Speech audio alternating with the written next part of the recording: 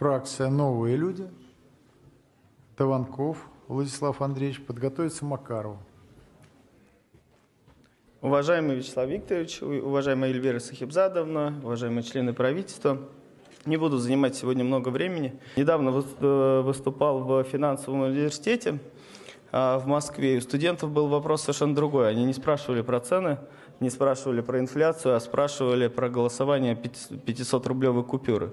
Обещал у них спросить у Эльвиры Сахибзадовны, будет ли второй тур. Потому что, знаете как, я спросил у них, почти 90% студентов голосовали. А это что говорит? О том, что наша молодежь вполне готова и хочет голосовать. Не будем ее, знаете, лишать этой возможности. Есть предложение все-таки провести такое голосование. Позвать туда представителей партий, потому что партии подскажут, как сделать так, чтобы выборы были честными, прозрачными и прошли так, чтобы люди верили в тот результат. Уважаемые коллеги, мы обязательно достигнем самых больших результатов. Нам нет равных по открытости и прямой демократии. Надо еще обязательно консилиумы проводить врачей также через обратную связь с точки зрения заслушивания мнений, кто как посоветует, чтобы лечили, и дальше, чтобы советовали пилотам, как управлять самолетом. В итоге понятно, чем закончится. Это все проходили. В 2017 году взяли и обнулили роль командира, передав его полномочия солдатским комитетам. Так, Андрей Валерьевич? Так. И прежде чем идти в атаку, проводили заседания советов. В итоге куда пришли германские войска? Вот ответы на вопросы. Надо все-таки задуматься, где целесообразно, а где нет. Втягиваем всю страну в обсуждение. Страна многоконфессиональная, многонациональная. Мы что делаем? У нас есть базовые ценности, давайте их беречь. Мир межконфессиональный. Сначала крестов не оказалось. Не подумали. Сейчас другие проблемы. У нас что? Других вызовов нет. Вот здесь наоборот надо Эльвире Сахибзадовне посмотреть, кто из помощников, заместителей подсовывает эти предложения. И службам надо посмотреть на этих советников, откуда они взялись с этими предложениями. Правильно? Коллеги, мы о чем? Мы сейчас с вами в зале на этом переругаемся, если только начнем тему обсуждать. Поэкспериментировать захотели? Сходите во двор и пообсуждайте эти темы с своими избирателями. Хорошо вещать через чаты, интернет-ресурсы, а вы сходите туда.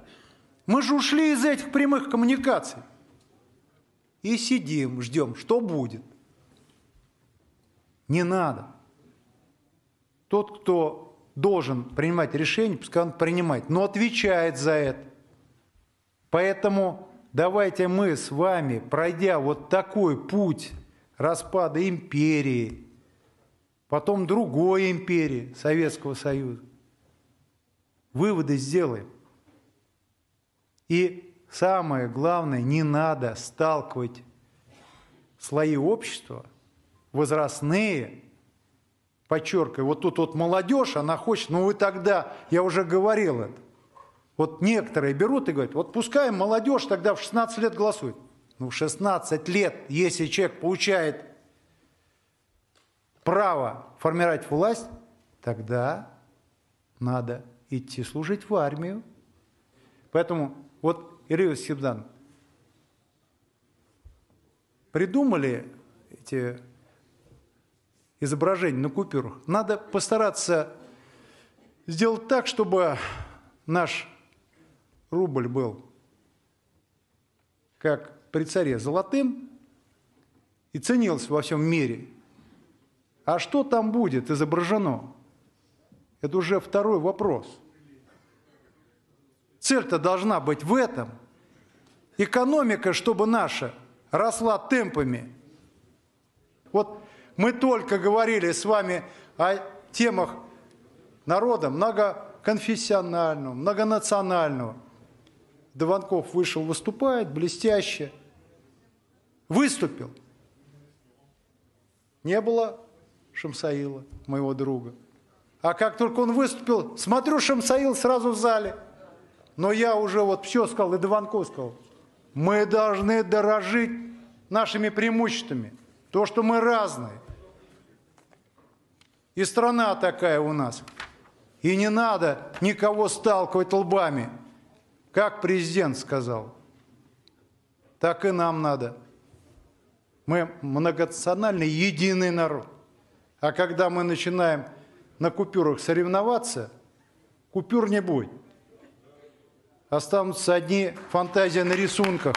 Это тоже вот хотелось бы, чтобы Центральный банк услышал. Вот здесь, Андрей Михайлович, можете высказать всю критику от лица всех, потому что не это главное в купюре, что там нарисовано на ней, а ценность ее, коллеги.